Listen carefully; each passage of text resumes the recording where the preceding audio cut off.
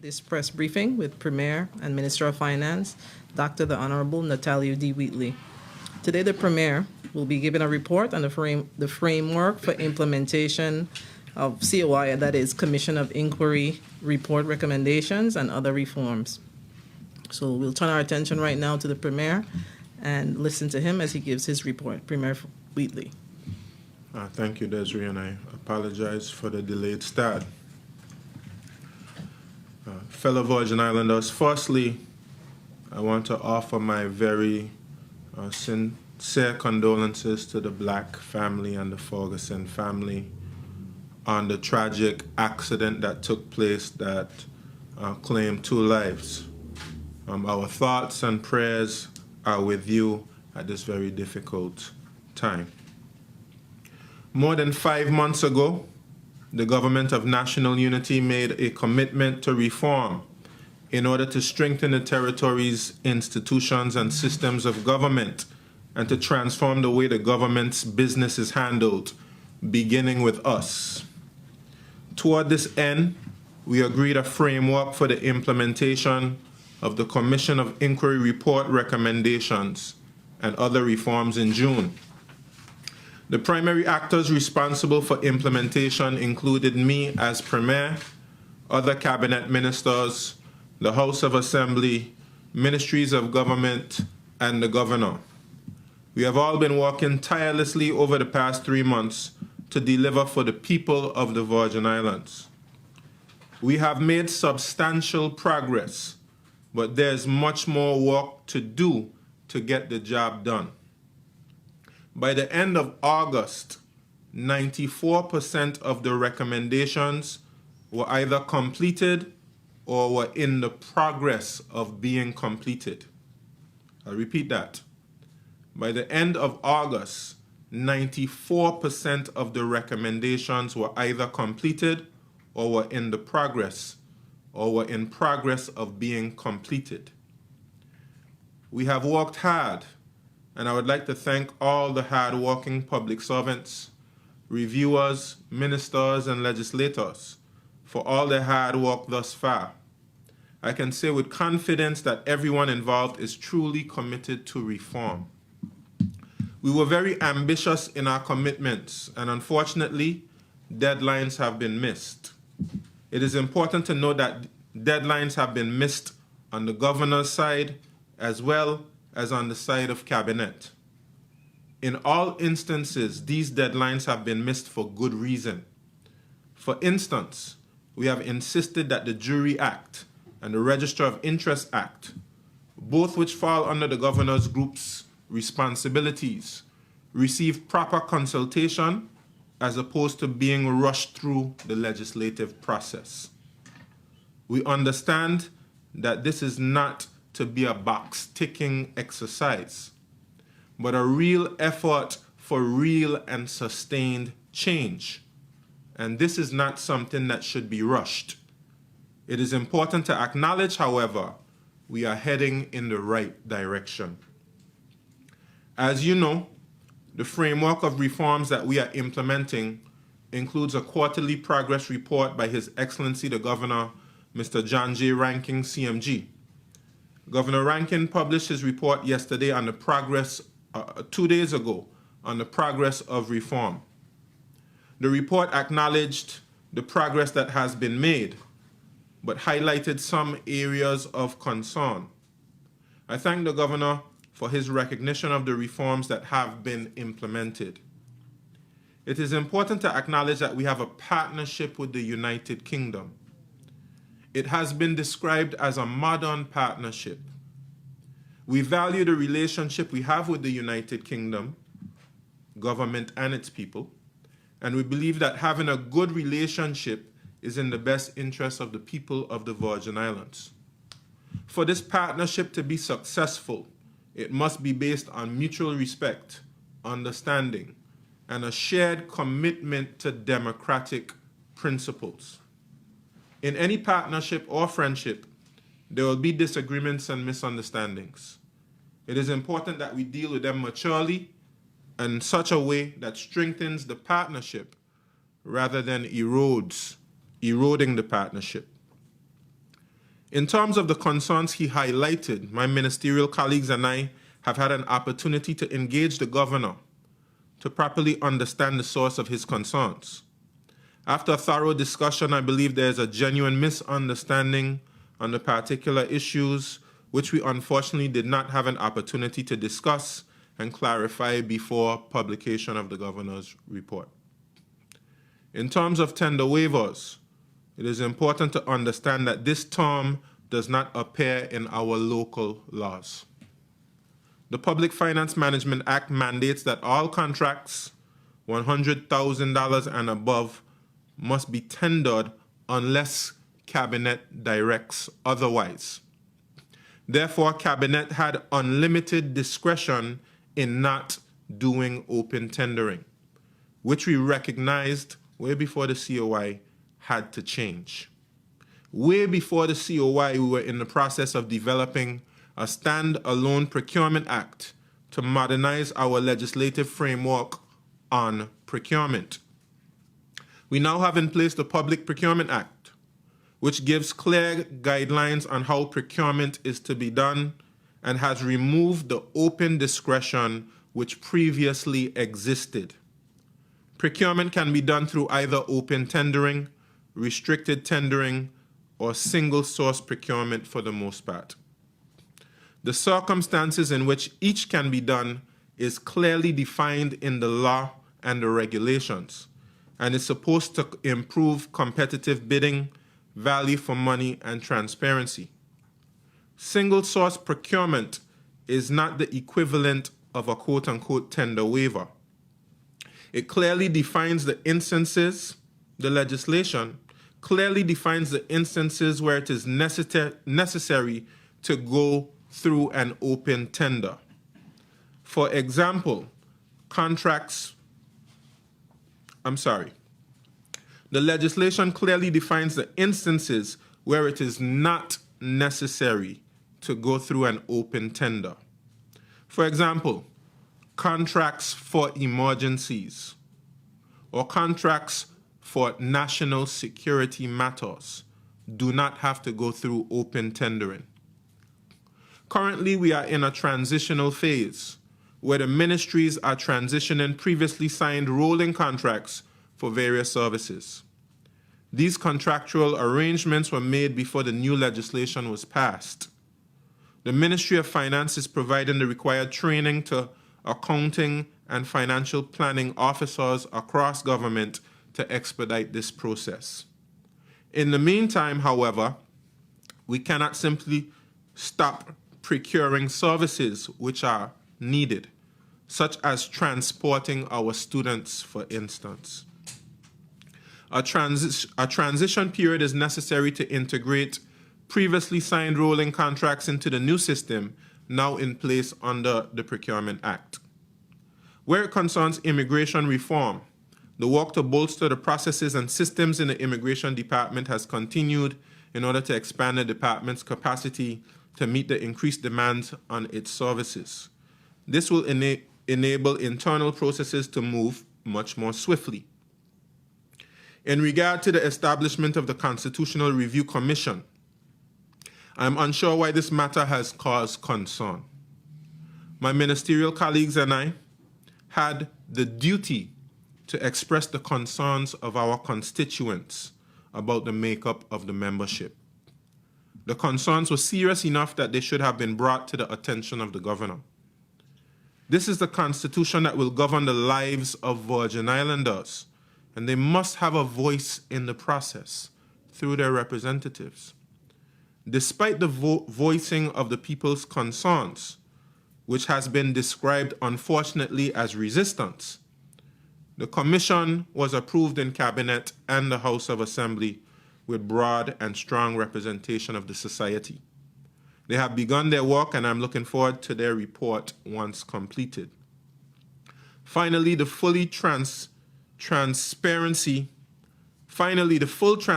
of elected officials' interests is a cornerstone of the reforms my colleagues and I have undertaken through an amendment to the Register of Interest Act. The Governor's Progress Report highlights a concern about the restriction of public access to this information. Presently, any person can view a representative's interests. However, they cannot make a copy of it, which is where I understand the concern lies.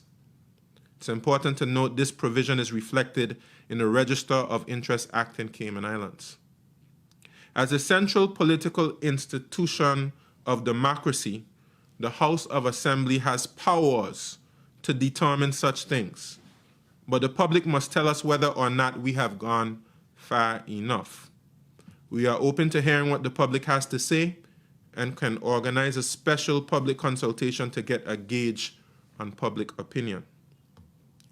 The greatest concern on the Register of Interest Act is not the fact that the House of Assembly made a minor amendment in committee stage, but the undemocratic way in which the legislation, which falls under the governor's group, was imposed or was being imposed on public officers without proper consultation. I repeat that. The greatest concern on the Register of Interest Act is not the fact that the House of Assembly made a minor amendment, but the undemocratic way in which the legislation, which falls under the governor's group, was being imposed on public officers without proper consultation. I will continue to stand up for the rights of the people of the Virgin Islands to participate and have a voice in reform. I was also surprised to read in the governor's report a criticism on late cabinet papers. All cabinet papers that come to cabinet are jointly agreed by the governor and I. As stipulated in the cabinet handbook, these papers are due 48 hours in advance of cabinet. This deadline has been consistently met. If we consider a paper with less notice than 48 hours, it is only with the agreement of the governor and myself. As Premier, I will continue to engage the governor at Cabinet Steering Group to keep the cabinet agenda and reform process moving forward. The governor and I both respect the cabinet process, and I know that he appreciates that it has improved and that cabinet members have been working within the rules of the institution, as well as meeting our commitments under the framework for reform. The key in this reform process is engagement. Naturally, there will be differences in perspective, but these will not block reform. We all are committed to doing what is in the best interest of the people of the Virgin Islands. We just have to work out what is the best mechanism or process for achieving the desired objectives as we implement the reforms in the framework. That is why democratic governance is important. It is not always timely, but it is the best way to make meaningful change that respects the dignity of the people of this territory. Reform has its challenges, but the government of national unity will stay the course and deliver for the people of these Virgin Islands. We ask for your continued support as we do this together. We must remember you cannot impose democracy on a people. The very concept is a paradox. People must be a central part of any democratic process, and I will not waver in my commitment to defend democracy. I will update you again in due course. God bless you all, and God bless these beautiful Virgin Islands. I'll now take questions from the press corps. We appreciate that, Premier, and thank you thus far during this briefing for your updates on the report and other reforms. The Premier is now ready to take some questions from our media partners present.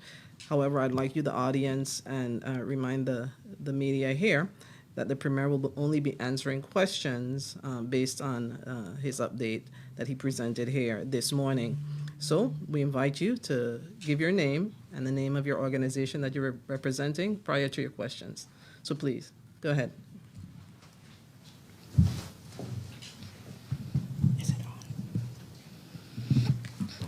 Morning, Premier. Morning, everyone. Kathy Richards, JTV News. Based on what you would have said in your update there, Premier, are we to understand that the report that was presented to the United Kingdom ministers and to the people of the Virgin Islands by the governor is flawed in areas?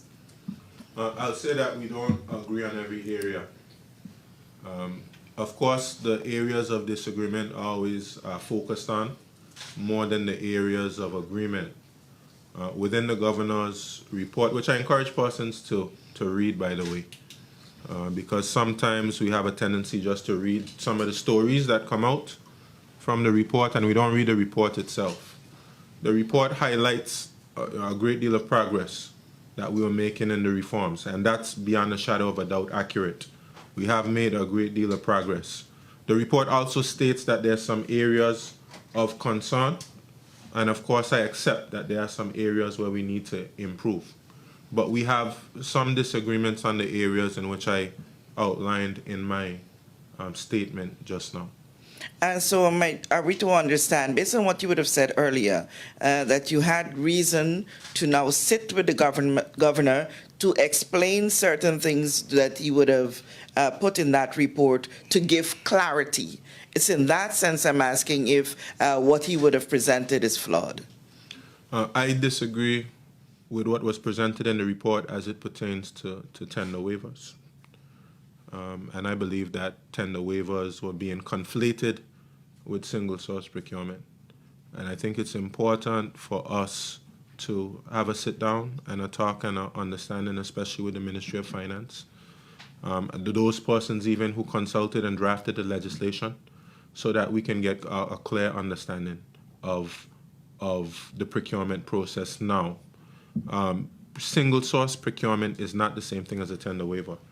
As I described before, tender waivers were being done for any type of circumstance. Ministers had and cabinet had unlimited discretion as it pertains to waiving the tender process. That is no longer the case. Single source procurement is only necessary in particular defined circumstances, which are all reasonable circumstances enshrined in statute. So the public should not get a idea or understanding that if you are going according to the law, according to this new Procurement Act, and you do a single source procurement, which is properly defined in the Procurement Act, and you have adhered to what is in the law, it shouldn't be presented as something wrong with that, or the same old practice that's been going on for years before. Okay. Weigh in the positives with the negatives that are highlighted in the report, and knowing what would have been agreed to with the governor and the United Kingdom as it relates to what can lead to the Constitution being suspended. Is there a reason that you see, based on the measurement, that the Constitution can be suspended at this time? Let me just speak about the whole concept of suspending someone's Constitution. I don't agree with it in any way, shape, or form. I do not agree with the United Kingdom or any other government suspending another group's constitution. It's fundamentally undemocratic. As I said in my statement, you can't impose democracy on someone. Even if you suspend the Constitution, the people still have to live here, and we still have to deal with our own affairs. When you suspend the Constitution, at some point you'll have to implement a Constitution, and you still have to deal with the people. The people will have a right at some point, just like in Turks and Caicos, to elect a government. And this government will have the power to make laws and amend laws. And the government will have to do so in collaboration with the people who have elected them and the people they represent. You know, the whole concept of suspending a constitution is a flawed concept that the United Kingdom, in my view, should abandon. But Premier, whether or not you believe it, or any legislator or any person believe that suspension of a constitution should or should not happen, the fact is that a recommendation was made for the temporary partial suspension of the Constitution of the Virgin Islands, and through an agreement or memorandum of understanding with your administration implementing the recommendations, that recommendation, number one recommendation, was put on the side. There are conditions that can allow that to come off the shelf and be enacted. And so my question is, based on this report, do you see evidence that can allow that to happen? No, there's no reason for the Constitution to be suspended. I'll say that very clearly. I don't agree with the concept at all. And let me just say as well, draft order in council or not, the United Kingdom has the authority under the laws and our Constitution and the laws of the United Kingdom to suspend our Constitution. They have the power to do that, whether we have a draft order in council or not. They have the power to do it. And I believe that we have to move away from a relationship where any government or any group of people can put another group of people in that position. Part of that is for the people of the Virgin Islands to be able to wake up, I would say, to get together. Let's stop fighting against each other, and let's work together and send a very clear message that we do not want that type of relationship anymore. We are going through a constitutional review process, and I think it's a wonderful time for us to get together and send a very clear message that we do not want to have a relationship with those type of colonial practices where you suspend, where you take away our House of Assembly and you take away cabinet and you put all the power, all executive and legislative, in the power of one man's hands who's not elected. For me, that's unacceptable. And the people of the Virgin Islands, we need to stop fighting against each other, squabbling with each other, get together and send that message. Okay. Finally, from me for now, Premier, if I heard you correct, you would have said about 94% of the recommendations as at August were... They're either in the progress of being completed, meaning they've been started, or they have been completed. So what is the other 6% that has not been touched? Things which we haven't started as yet. Which are those? And I should say as well, I have my permanent secretary here, Mrs. Carolyn Stout Igwe. She heads up the steering group. She can perhaps give you the exact commitments that remain in the framework document. Before you go to Ms. Igwe Stout, is the residency and belongership status one of those?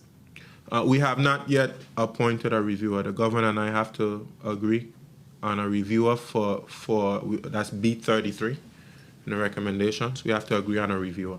That hasn't been done as yet. I hope that will be done shortly. Okay. If Ms. Stout has any response, I'll welcome. With respect to what's left to be touched. Could you? Yeah.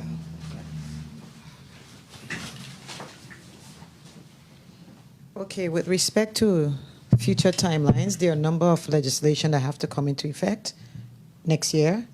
Some of them are dependent on the completion of some of the reviews. So those would be things that have not yet been started. But for the most part, as the Premier has said, most activities have been started or are in the process of being started. Thank you. Thank you, Permanent Secretary Igwe. Any other media personnel ready to ask questions at this point? You're welcome, please. The BBI, I see here. Premier, morning. Good morning. Zan Lewis, ZBVI Radio. Would it be correct to assume then, sir, all what you said, in light of what the governor said, you were dissatisfied and annoyed in his report, so he was summoned to a meeting with you and other government ministers for the situation to be better explained. You are annoyed and dissatisfied with his report. Will it be correct to say so? No, we didn't summon the governor. Or you asked for a meeting? No, we didn't summon. We expressed our views in cabinet, okay, which was the following day to when the report was released, and that's all I'll say about that because, of course, you know, cabinet meetings are confidential. It's accurate to say. Repeat the question again. Would it be correct to say that you are annoyed and dissatisfied with what he said, so you had to have a meeting with him? No, I don't have time to be annoyed. My main concern is that people get an accurate picture of what is taking place. And of course, the governor has his view, he has his perspective, but it should be balanced. And so therefore, I gave some information in my statement this morning to balance what the governor has said so that people can have an accurate picture. And it will also be correct to assume, as a result of what the governor said, the concerns in his report, that you are not worried that these concerns can cause the suspension of the Constitution. You're comfortable with that this will not happen? I think everybody should be worried about the concept of our Constitution being suspended, because of course it is it's a reality. Okay, the Ordering Council is there. There was a recommendation from Sir Gary Hickenbottom that our Constitution be suspended. The concept has not been completely abandoned. Everybody should be concerned about it. But what we cannot do, Zan, we cannot be implementing reforms based on coercion or force. That's something I reject completely. So when I go through this reform process, I'm being true to the process. I want to dialogue with the people of the Virgin Islands. I know that the people of the Virgin Islands see areas that need to be reformed, and they've needed to be reformed for a long time. So going through reform for me is not a challenge, it's not a problem. I think it's the appropriate thing to do to reform. But we must reform based on what the people want to see. And of course, we have to educate people. We have to allow persons the opportunity to have a dialogue. We have to give them the information and trust them to make the right choice and to communicate that to their representatives, who must represent their views in cabinet and in the House of Assembly. I just want to get a clear answer from you, sir. As regards the concerns expressed by the governor, Yes. will it be clear to say, or good to say, that it's no worry to you, will not cause a worry to you at this time that this could lead to the suspension of the Constitution? Despite his concerns, you are not worried it's going to the ministers in the UK that this could lead in that direction? Well, I don't think that, I can't speak for the Foreign Secretary of the United Kingdom. I can't speak to the governor.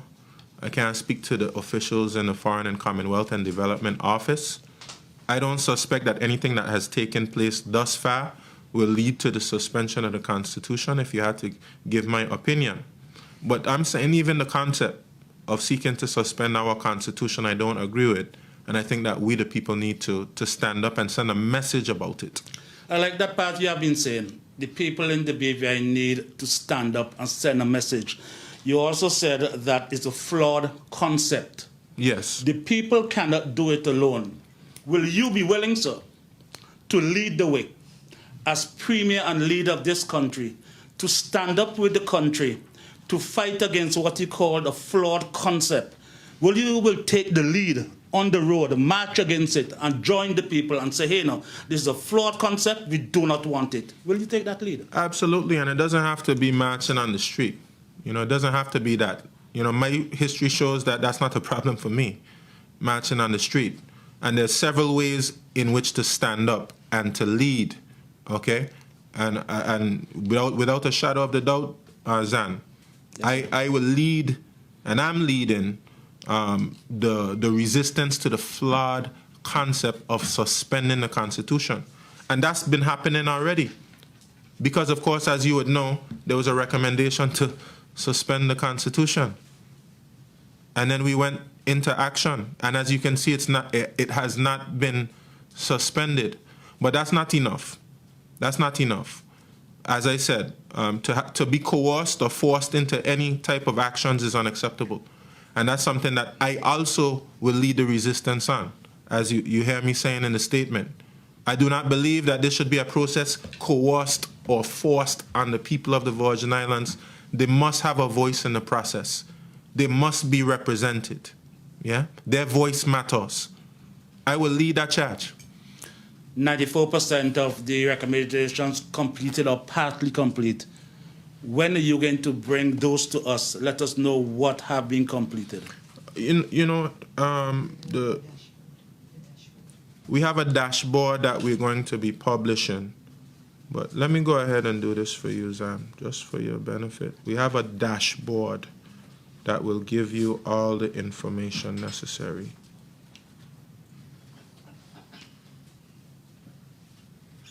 Let me do this for you. See if I can pull it up for you.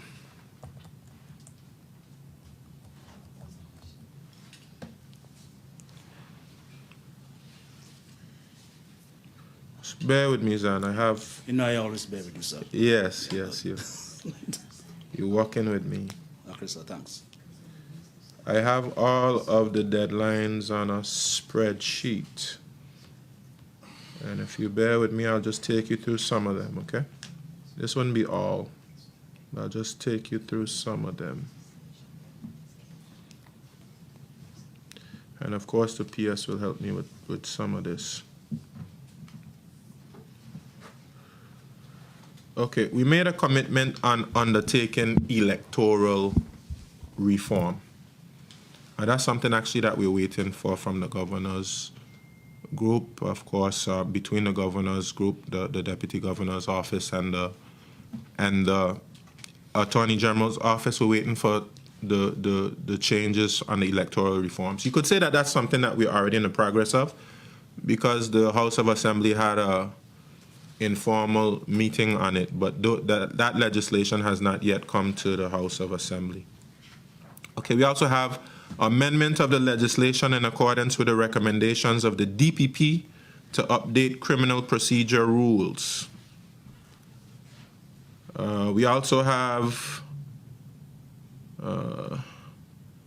conduct of a full audit of government contracts with easy shipping. That wouldn't be for the cabinet. Consideration to be given to grant the court wider powers to hear judge-only criminal trials. I think that's supposed to start on the 30th of November, PS? Yes. The start deadline? Seems as though that's taking some time, so probably could just go through the chart and we'll see it if it's okay with you. I could send it to you. Yeah, okay, sir. You don't want me to read anymore? I mean, you can go ahead. You almost harassed me to get information. So. Okay, sir, you go ahead. All right. 31st of December, we have conducting a full audit on grants by the Auditor General. 31st of December, full audit of government contracts with Skelton Klein. We have 31st of December, legislation of recommendations from review of discretionary powers. I think that's supposed to be completed by then. That has already begun. 31st of January 2023, a full audit of all disposal of Crown land over the last 3 years. So you're saying, sir, if I could cut you, please, sir, Okay. as regards the audits, investigation, Skelton Klein, all of that's completed? Yeah, I can give you So the results. I have the a results list of that. Yeah, I have a list, and I can give you the full list if Also, you the like. results of because you mentioned the Skelton Klein issue. That issue that's complete. The audit, the investigation. That's not under my area. Okay. I couldn't give you. I'll allow the governor. Okay. To I speak believe on you're that. answering in relation to now. You're answering questions relating to the COI or just the recommendations. The reason why I asked you, sir, at last week press conference, you promised to come back with the figures in relation. I don't know if you're you manage. I have some figures for you. The amount of money spent so far with the COI recommendations, and how much money after SAP, the $8 million going into the reform issue. Let me pull it up. Hold on 1 second.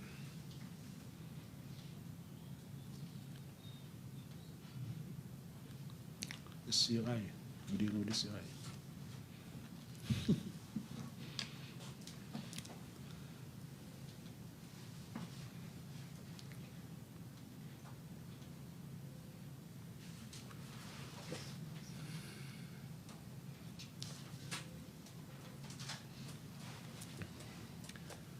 Okay, Zana, thank you for your question. I have it here. Hold 1 second. Let me just Bear with me, Zan.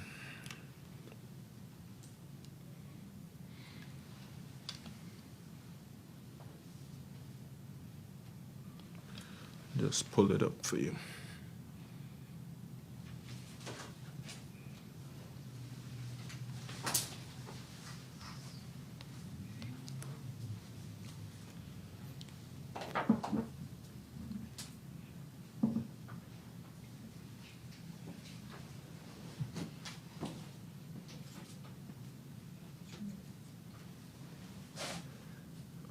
COY spending.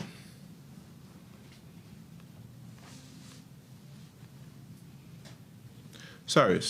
Budget for COY implementation.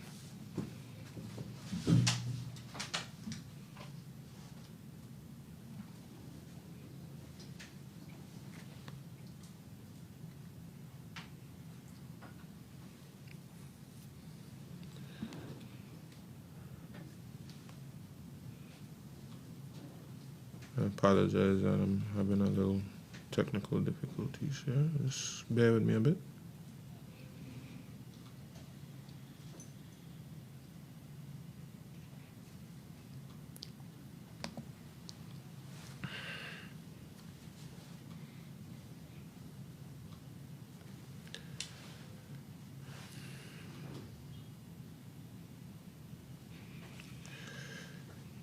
So Zan, the figures here need to be revised a bit, but I'll just say based on what I have here, I want to make sure that this is accurate, so just give me a second.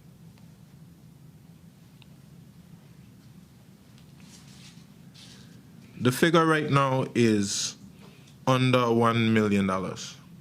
Just under $1 million. Just shy of $1 million. I can give you the more accurate information before the end of the day. That figure was spent already. Yeah, what's spent already. And how much allocated in the 6 million SAP to go towards that reform?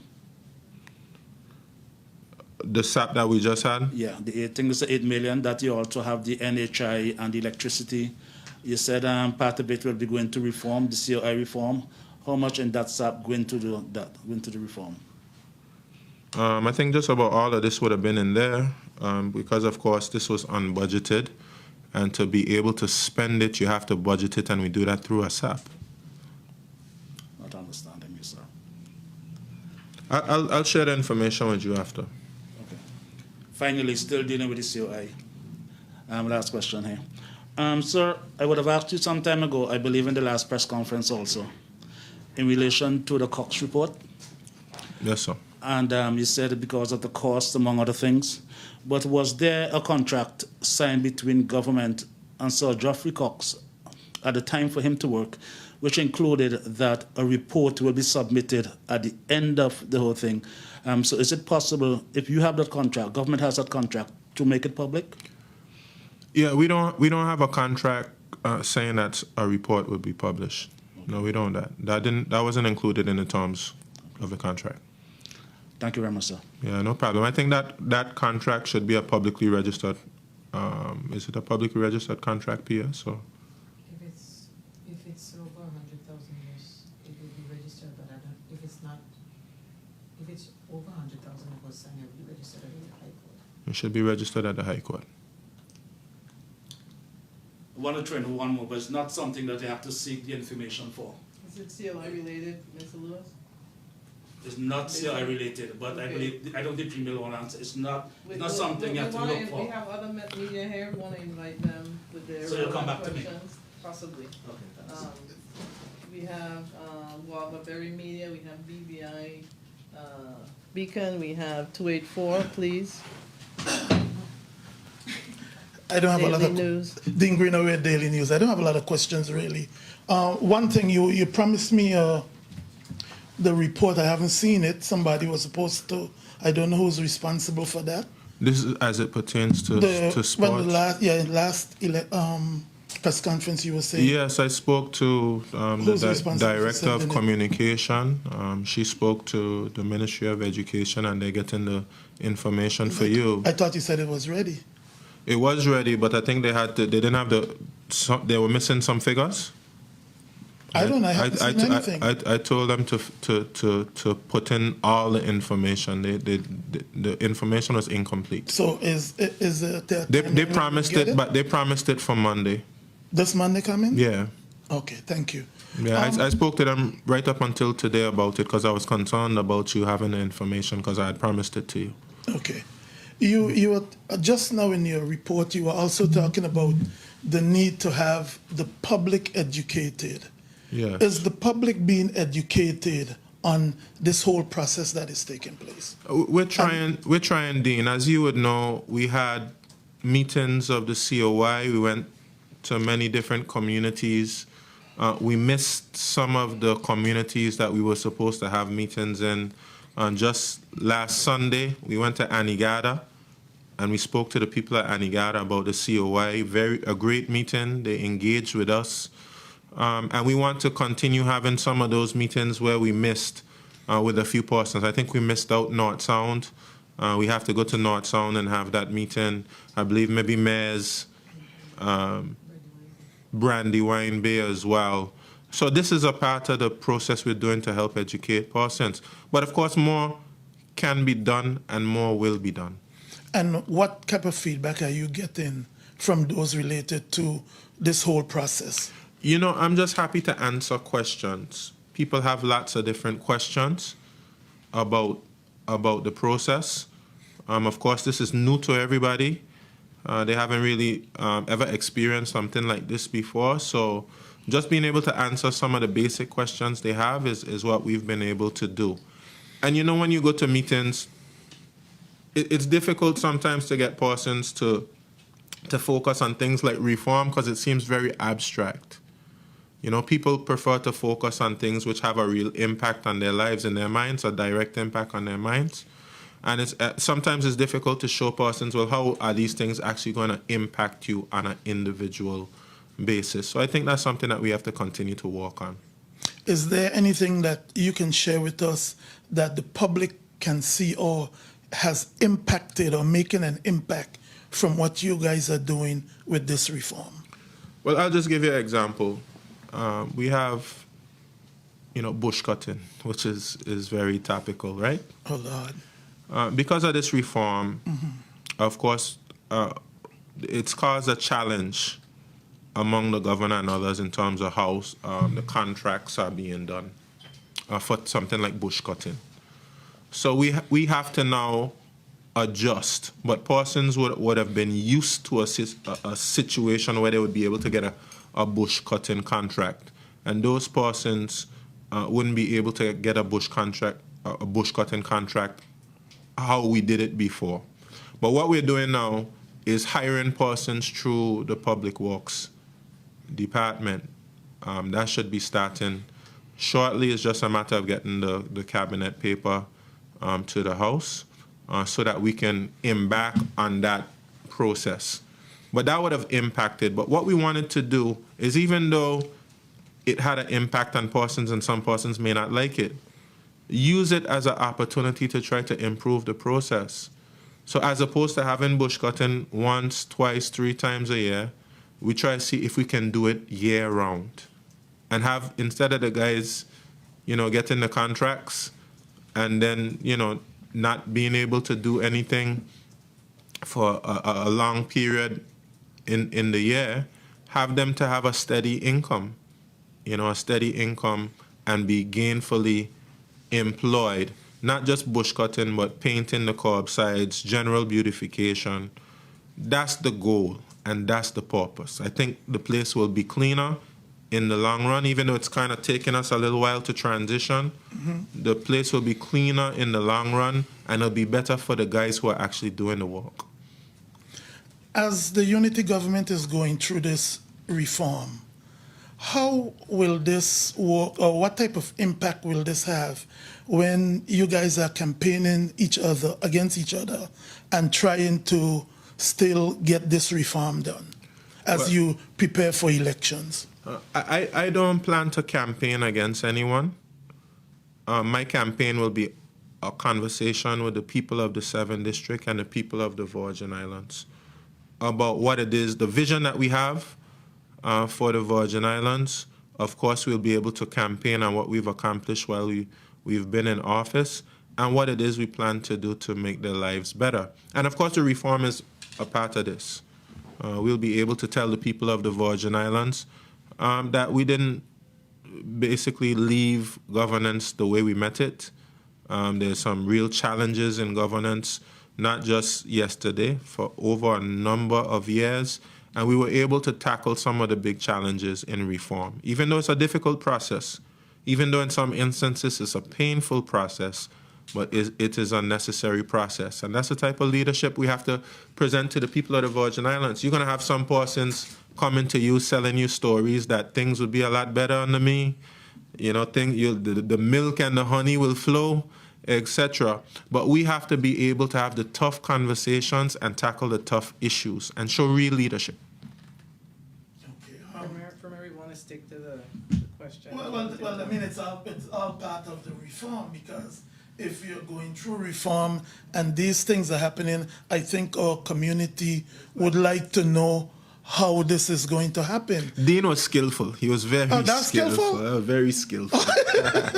No. That's because okay.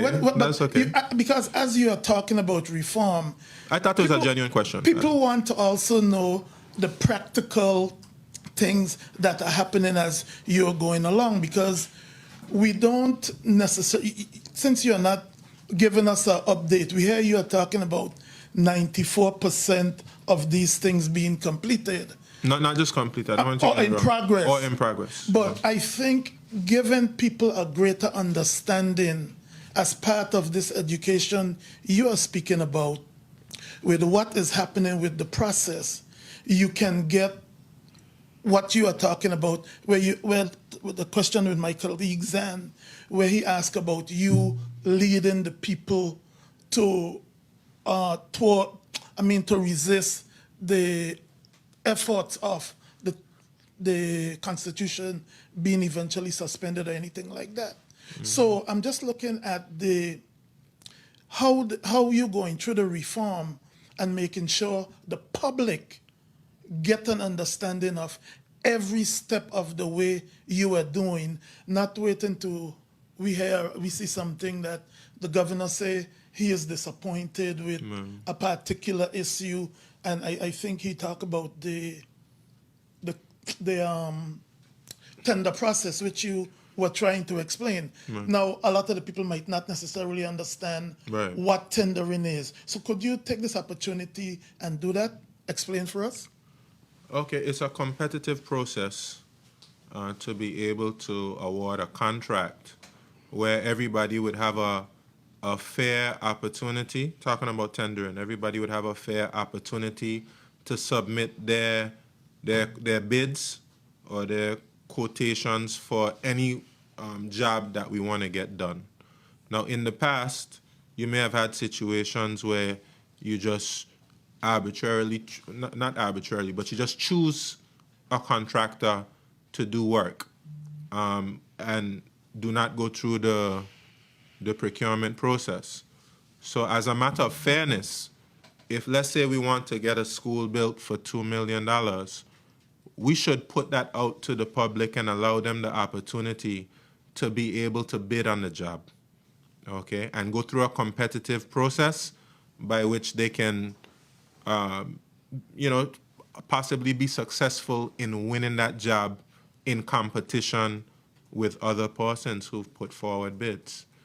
And that's what we're saying, and I should say to you, Dean, that we have to have a conversation about these things because, of course, we in the Virgin Islands, we want to make sure that everyone is successful.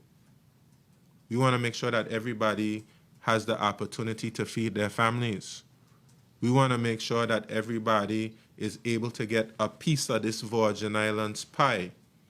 But that's something that we have to balance against ensuring that when you do a job, you get value for money, that the job is done properly, that you're not spending 5 million on something that you can spend 2 million on. So these are the things that we have to balance. And through the democratic process, we have to speak about these things. And we have to engage on these things as opposed to somebody from a different culture imposing these things on you. That's my fundamental belief. Good afternoon, Premier. Good afternoon, everyone. Kamal Haynes from 284 Media. Good afternoon. My first question pertains to Governor Rankin in his quarterly review report, where he had indicated that investigators appointed to review numerous areas of policy and governance under the recommended reforms reported difficulties in attaining certain documents needed to conduct duties. Can you speak as to whether any such reports of these instances were brought to your attention over the last few months? Perhaps maybe the PS can speak to that. Okay, thank you very much for your question. In response to that, we have appointed a number of reviewers. Based on the review, different types of information had to be provided. In some cases, we've provided electronic information. Some of the reviewers wanted information in hard copy. So the implementation unit had to provide that information for them. In some other cases, some of the reviewers started the review, and as they were going along, they discovered there was additional information that they required. So we've been providing that information to them. So as you move along in the review, it will determine what information is required. There was in some cases, the implementation unit submitted information in advance. In other cases, we did have some delays getting some information to the reviewers, I will admit.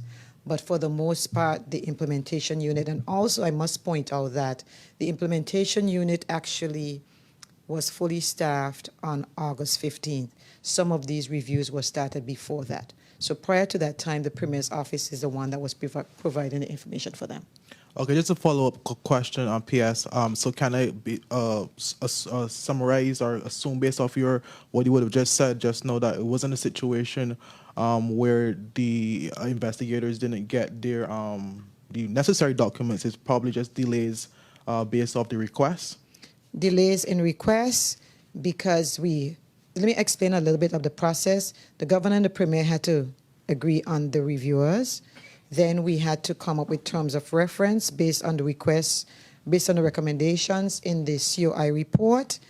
After that, we've had communication with the reviewers to make sure they understood some of the assignments, and then we provided as much information as we had at the time.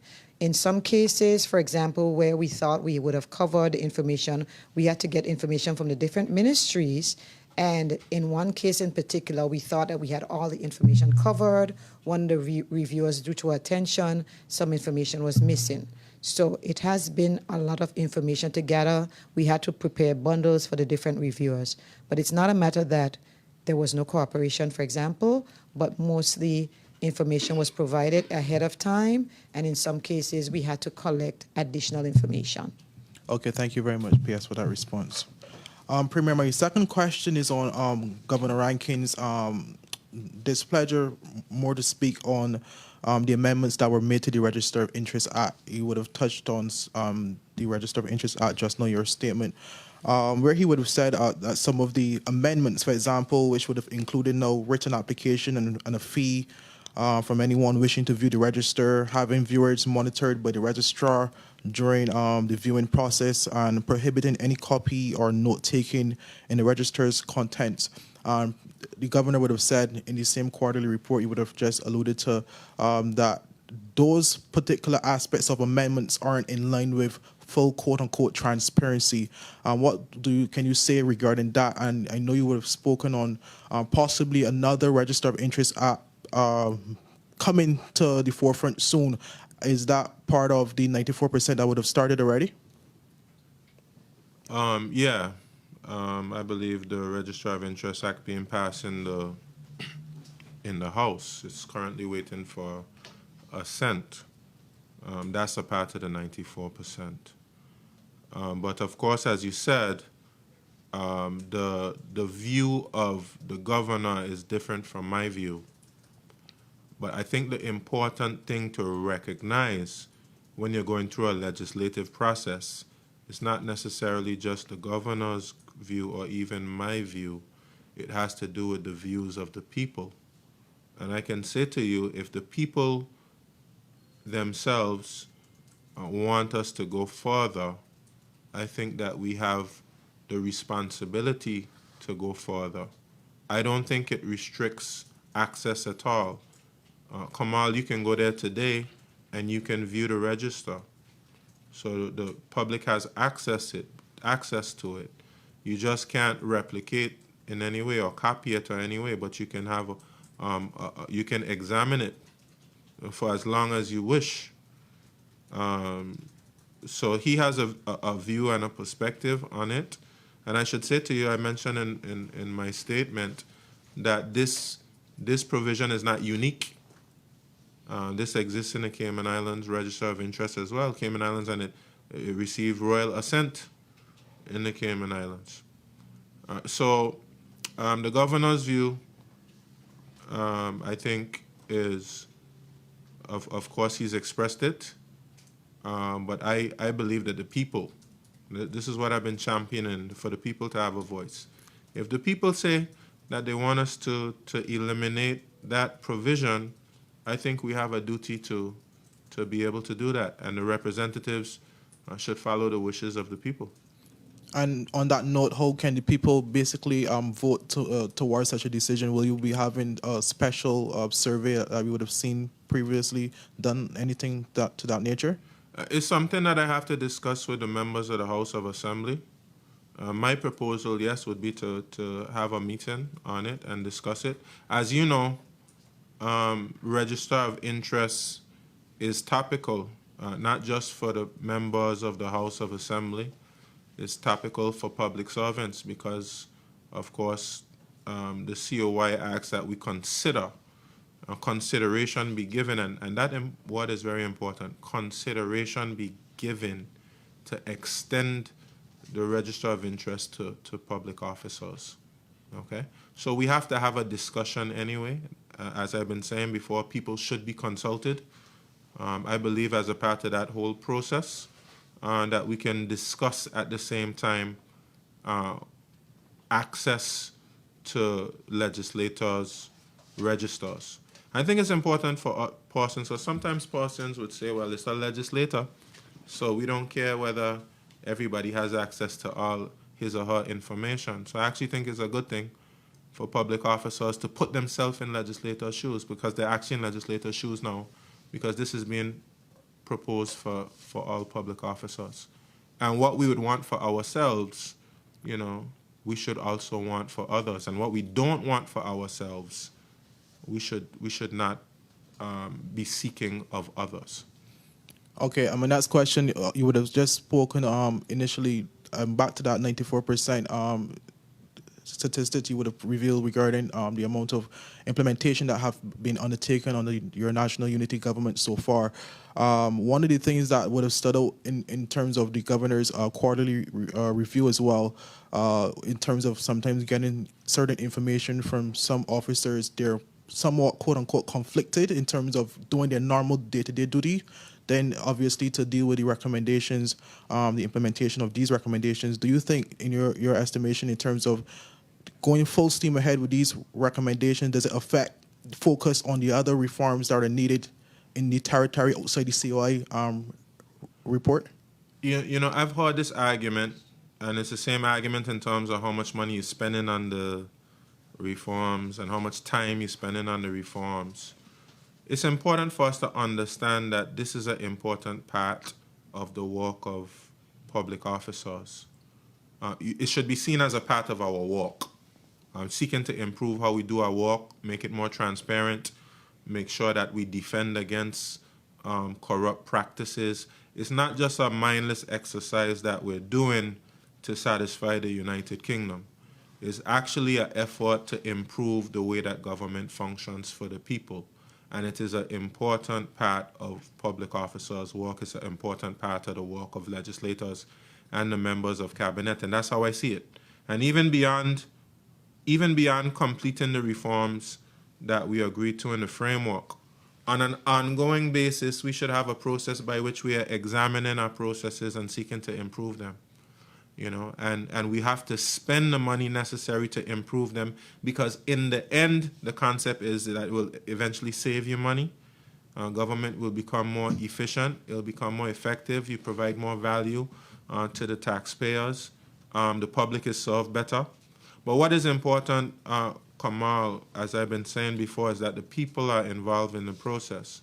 Now, people want good services from government, and they've been crying out for good services. And we should be focused on how we give them good services. And this should be a fundamental part of the process, because, of course, somebody in the United Kingdom who doesn't have to get services from government just may not be the best person to tell you how it can be improved. Okay. I just want to end this, not really a question, but I know my colleagues would have touched on some fulfillments of some requests that were made previously, and I would have made a request since the last press conference you would have had with the Minister for Natural Resources regarding the BVIEC's renewable energy project on Anegada. I know you would have told me that the information would be forthcoming, but just to put that in mind as well. Yes. That one I missed. Is actually the Minister for Communications and Works and BVIEC, and I believe the information was sought for that. So I believe they did get the information, but I don't have it with me, unfortunately. Good afternoon, Cindy Roseanne, Yeah, good afternoon. Guava Berry Media. Before we went live, you said if it is within your ministry, you can respond. Is that okay? No, today I just want to deal with COA. But generally, at my press conferences, within my ministry, I'm fine with that. I want to believe that it is a time in the territory when we should move away from gossip and whisper around matters that affect us all. Right. It is my understanding that a senior civil servant in the Ministry of Finance was arrested this week and handed over to the DEA. Do you know anything about that? That is way out of No? the context of the press release. Ms. Roseanne, please, if you may. All right. Thank you. The governor has given a damning report and a stern warning, which quite frankly, I'm offended by, because personally, outside of being a media, I didn't elect any children. My question to you, Honourable Premier, given this damaging report, the governor's stern warning, the fact that we have 2 more quarters before a constitutionally due election, how do you see the Constitution not being suspended and that right being taken away from us? How will you ensure the Constitution is not suspended as we've entrusted the unity government? Because from where I'm sitting, it looks inevitable. And if that order is evoked, what is your clear message to Virgin Islanders and belongers? Well, my clear message, if the order is evoked, is that we have to fight it. We can't accept it. And we have to appeal to our partners around the world. And we also have to appeal to the people of the United Kingdom as well, that this is not in keeping with the democratic principles that we espouse all over the world. The people of Ukraine are no more deserving of democracy than the people of the Virgin Islands. So we have to stand up against any form of dictatorship. So that's what I would say. That's my clear message to persons. That's what I believe. You said, what would I do to prevent it from happening? Certainly what we've done thus far is seek to be able to lead in a responsible way. Because, of course, one of the primary arguments for suspending the Constitution is that we have a rogue government out of control, not adhering to the rule of law, engaging in corrupt practices, etc. So what we have sought to do is lead a process of reform where the people can have confidence that we are committed to principles, democratic principles of transparency, accountability, value for money, progress for people, anti-corrupt practices, etc., that we can give people that type of confidence. Beyond that, I think it's not just a responsibility on myself, it's not just a responsibility on government, but it's a collective responsibility that we have to ensure that the governor, the people of the United Kingdom know and understand that we will not accept our constitution being suspended. Did you expect this report from the governor? Do you think that he's on a path regardless of what the unity government does? In conversations with the governor, I expected that we would have a report that detailed the progress and acknowledged the progress being made, which I'm appreciative for and I'm grateful for, and also that would raise concerns on particular matters. So I did expect the governor to raise some concerns on some areas. But based on some of the concerns which he have raised, of course, I've been able to comment on. And I think that we need to continue to engage in an ongoing dialogue on those matters where we do disagree. And as I said in the beginning, in a way that strengthens the partnership as opposed to eroding the partnership. Okay. Are you aware that the governor is setting up an entire office on the floor below the premier's office? It's a large space. I haven't seen any major recruitment ads for the government or the governor's office. Why is this extended office being prepared? Do you know? Do you know who will staff this new space? Is the governor Sorry, go ahead. You finish. hell-bent on suspending our constitution? Let me let the PS go ahead and answer about the floor beneath the second floor of Cutlass Building. Okay, the question is being asked about the first floor of the Cutlass Tower, where we are, the Premier's office. A tender was issued for that a couple months ago. Ministry of Finance has gone through the evaluation process. That space is being outfitted for the Premier's office, in particular to house the Constitutional Review Commission's office with a conference room, as well as the Premier's office for the COI Implementation Unit. That's where it should be housed. We are currently just located at the Ministry of Finance temporarily, as well as some other offices within the Premier's office, because right now where the Premier's office is, the floor is very cramped. So we have our policy unit, and we have some other members of staff that should be shifting downstairs. So that is for the Premier's office and not the Governor's office. Thank you. Honourable Premier, what exact changes were made in the Register of Interest Bill that the Governor has said that it is not what the people wanted and he will not assent to it until it is shared with the people? Yes, I think, was it Kamal that read out the changes? Same thing basically that Kamal read about, essentially not being able to copy anything from the register. You can't take pictures of it. You can't, any of that stuff you can't do. You can just examine the register. That's the thing that the governor has mentioned that he's concerned by. Alrighty, thank you. Thank you.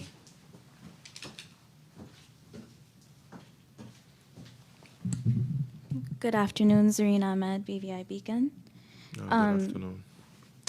Just going back to the Register of Interest Act, the amendments that were made makes it difficult for people to actually view it. They have to apply for it and pay for it. We're entering a digital age. Why don't we just put it online? Is there a reason?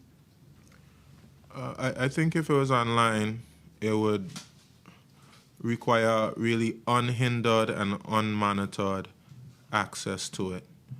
And yes, we are public servants, but I think we have to be able to balance our rights to privacy, you should say, and who and how and why persons have access to our personal information, and balance that against, of course, the public's right to know certain things. And of course, what we're trying to achieve in ensuring that ensuring that legislators don't make decisions to favor their own personal interests. So yes, I understand we're in the digital age and we want to make it easy, but we also have to balance that against respecting persons' privacy and also their right to have their data protected. Do you believe that that's in line with your government's commitment to full transparency? Yes. Okay. Typically on press conferences about the COI report, both you and the governor host them. Is there a reason why you decided to host this press conference without the governor at this time? Well, he gave a review, which is his right and his responsibility. In the past, we've given, I would say, updates to the public, which this is somewhat different. This is a report that he was submitting to the United Kingdom in his capacity as governor. I don't have a challenge in some instances having joint press conferences with the governor. But of course, as you know, I do also have regular press conferences with the people in line with my responsibilities as premier and leader of government business. But I don't have any particular reason why I wouldn't want to have any joint press conferences with the governor if necessary. The governor, of course, has his own responsibilities under the reform framework. His review includes your government's progress, but how would you rate the governor's progress in carrying out his responsibilities?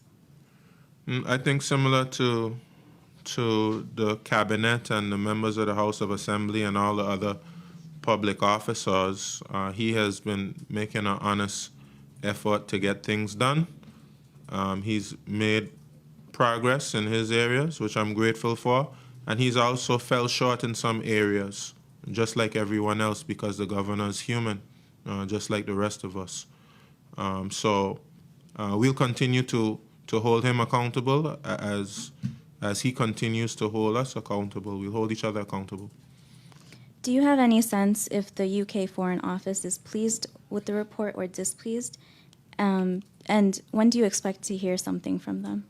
I haven't gotten any feedback on the report from them, but I do think it's important that they have a balanced view of what's taking place here. And I would certainly encourage, we're going up to United Kingdom in November for the Joint Ministerial Council. I would encourage the Foreign, Commonwealth and Development Office to always ensure that they speak directly as well to the elected leaders here so that they can get a balanced perspective of what's taking place. I think that's in keeping with fairness. My last question, I'm circling back to the Register of Interest Act. You said that it's awaiting assent, but you also mentioned the possibility of a community meeting to get to engage what the public thinks might need to be added or taken away from it. Does that mean legislators plan to rework the act and amendment? Well, the governor, I think, has now made public, I think he did earlier as well, made public that he had some challenges with the legislation. I think he's actually formalized that in his report right now. And when he writes to us and gives us his official perspective on it, then we can consider next steps. We may have one question, so follow up to answer you gave me. I know we ran out, but could you allow me that? A follow-up to something? Yes, something you said. Okay, go ahead. Thank you very much, sir. You're welcome. Earlier you said, when I asked you a question, you'd be willing to go along with the people and take the lead as regards the suspension of the BVI's constitution. Would you go that far, sir? You mentioned the ordering council over the people's head as they go through this whole constitutional review. Will you be bold enough, sir, to condemn that ordering council? Right, because you would have said some time ago that you will not tolerate the UK to suspend the BVI's constitution if it followed the right path of constitutional review. Will you be bold enough, sir, at this time to condemn that ordering council? Because it's a concern of all of us. Well, you know, Zan, you're saying bold. I mean, I've been telling you all press conference that I condemn it. I don't think it's democratic. I don't think it's in keeping with modern relationships or modern partnerships. I condemn it with my whole heart. If you ask me yesterday, today, or tomorrow, I'm going to condemn the Order in Council. I don't believe in it. I don't believe in the United Kingdom suspending our constitution. I don't agree with them holding it over our heads. I'll say it to the governor. I'll say it to the prime minister. I'll say it to the foreign secretary. It doesn't matter.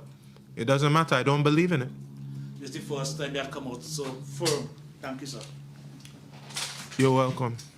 Indeed, thank you is indeed due thus far, as it brings the question and answer segment of the press briefing to an end. But the permanent secretary is here with us, so she wants to bring a bit more clarity to a point that was brought up before we close.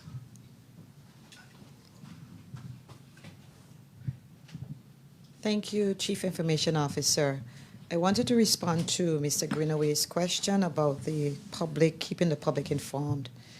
Following the meetings that we had, the implementation unit has been compiling a report on some of the recurrent issues, and we have looked at some common themes. We have some recommendations. As a matter of fact, I'm going to meet with the director of the unit immediately after this meeting. We have a steering committee meeting next week where we will be presenting the communication strategy. One of the suggestions has been to educate the public on some of the recurring themes that we've had throughout the community meetings. And we have identified that on a monthly basis, we will try to take one area, flesh it out with the public, help them to understand the connection between the reforms that are taking place and the progress that is being made on the implementation plan. So your point is well taken. It is something that we have under review. It will be advanced at next week's steering group committee meeting. Thank you. And with that, Before, sorry, Desiree, before we close, I was basically amending some figures. I have a report on the budget for the implementation of the COI report recommendations. I was just amending it for accuracy. But what I came up with is somewhere around $700,000 spent on the implementation, so far, spent on the implementation of the COI recommendation, $700,000, somewhere around there. But you haven't said yet the figure from the SAP. You haven't got a figure in terms of how much going to it? Maybe when the press conference is finished, I could get a better understanding of what you're speaking about, because I don't think we're quite understanding each other. okay, so with that, it brings our press conference to a close. Thank you very much, all. We really appreciate it. We appreciate the Premier, Honourable Wheatley, for his update on the report and his answering the questions. And of course, we thank the Permanent Secretary, Carolyn Stout-Igwe, from the Premier's office for being present to lend support and clarity to some of the questions asked. We thank you, the media, as always, and for your cooperation in sticking to the topic at hand today. We appreciate that very much. And of course, we appreciate you, the audience, for tuning in with us on these regular press briefings with Premier Foy and all other government. Premier Wheatley, I'm sorry. Premier Wheatley, thank you very much for the clarity on that. And excuse that, Premier Wheatley, for his regular updates. And for all your accurate and timely information on government, please visit our website at bvi.gov.bg. Like and follow us on Facebook and Twitter at BVI Government and on Instagram at GISBVI. I'm Desiree Smith. Thank you very much for joining us and have a good rest of the day.